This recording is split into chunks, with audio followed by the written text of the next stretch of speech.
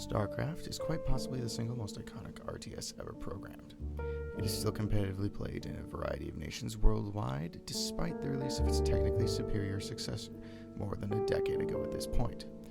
Its 6 campaigns still possess a charm and impact that StarCraft II failed to achieve to the same extent. Now, with that bold and overused statement done with, let's transition to the thoughts of an idiot. Millennial? Gen Z?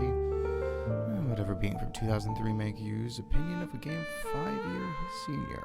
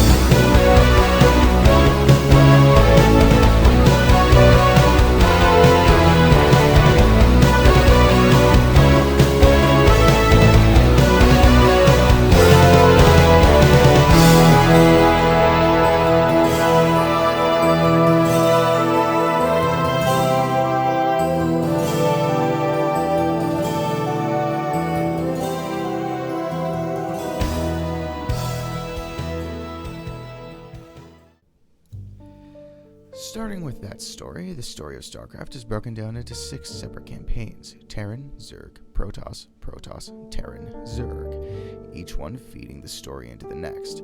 The first Terran campaign has the most elements of tutorial out of all 6. This is necessary, but still disappointing evil. Despite the first 3 stories all having tutorials, the Terrans get the short end of the stick, kicking off the show. The story itself is one of the new colonial magistrate, beginning your duties before meeting the local marshal, Jim Raynor, subsequently encountering humanity's first external adversary, Why can't I talk? I'm an idiot. The Zerg, a hive mind with no technology of their own, relying on subspecies to achieve the tasks humans can only complete with machines. As a result of this, you and Raynor decide to enlist the aid of the local rebel group, the Sons of Korhal, named after a recent Confederate war crime. I didn't mention the local colonies are arranged in a failing confederacy with the standard political corruption. Not that the Sons of Korhal are any better, as you will soon see. Not long after this, the Alliance of Convenes is established. You are forced to abandon the planet due to an encroaching Protoss fleet preparing to glass the world. After this, you acquire the General Duke and strike down a confederacy that was incapable of war on 3 fronts.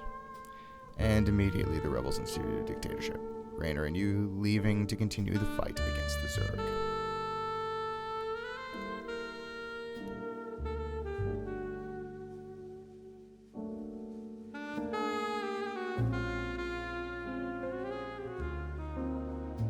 The campaign for the Zerg is a bit simpler.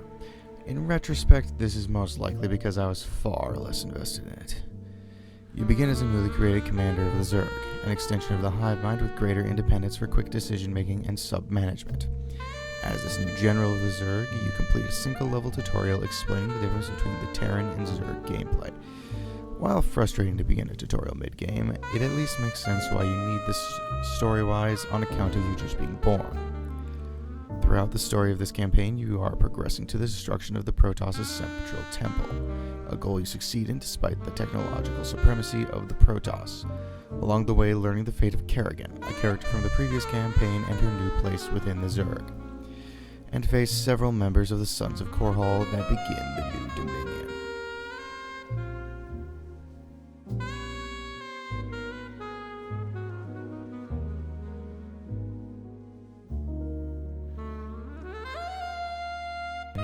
The Protoss campaign begins with your promotion, once again justifying the tutorial level.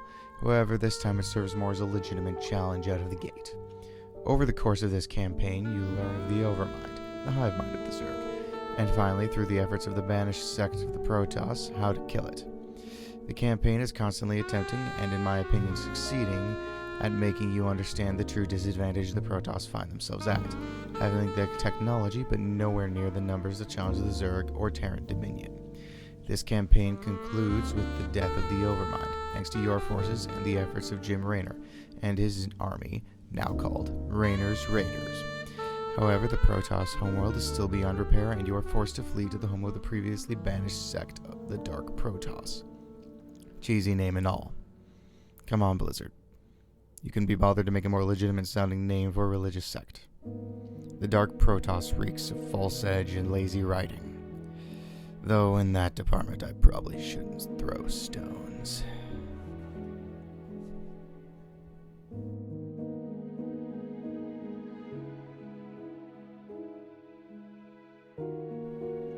I won't speak as much about the Brood War expansion as not to spoil its story, though the spoiler ship sailed on the original story. Sorry about that. So, lightning round. Protoss. Deal with the internal strife between the Protoss and Dark Protoss while mopping up the fractured Zerg. Terrans. You just arrived from Earth to deal with the Dominion and conquer the Zerm homeworld. You do that, with having to deal with Zerg espionage. Zerg. Kick out the Terrans, team up with the Dominion and Protoss to do so, while betraying them for being stupid enough to work with you, and position yourself to crush them once you regain the power of the former Zerg. And also Kerrigan is the Overmind now.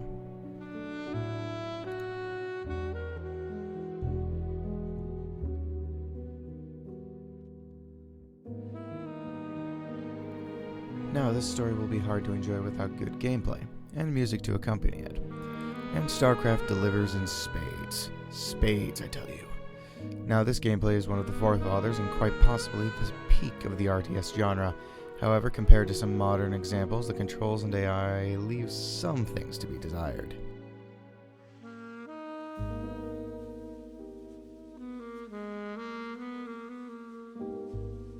This game is a 90s PC game. Now that the cowards are gone, this is pretty standard for RTS games of the era, with macros that make sense on paper but are less than ideal in practice. An example of this is the build key. In StarCraft, the build key is mapped to B. Makes sense, right? Until you realize that most modern RTS games map this to one of the WASD keys for ease of use, and adjusting from the more efficient style can be difficult. The speed of the game is variable, but I find almost no one plays on anything slower than max. This is completely anecdotal. I don't have the stats at this time.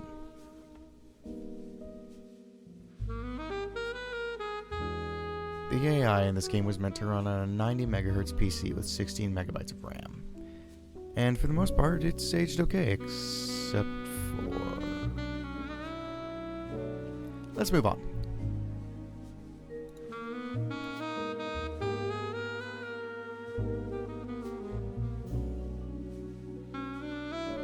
Balance. What is there to say? The balance is so solid that pro players have specific procedure to ensure efficiency. No race has an in-game advantage. Unless you are unskilled, then Zergling Rush is very effective. The game's multiplayer is loved to the extreme, still professionally played in Korea. The southern one, specifically. Although, we are pretty sure he has a Steam account up north. The first pillar of the multiplayer is a custom map editor that is a massive part of why it has lasted this long. It has added potentially infinite map variety for both multi and single player. The complexity of games produced in custom is astonishing. The best examples I remember were playing a game of Risk, rules and all, the Siege of Coruscant, No Building for the Republic, and the Battle of the Bulge, sides being the 101st and the Wehrmacht. Now, anything is fun online with friends, but this game can be a bit chaotic in the best way possible.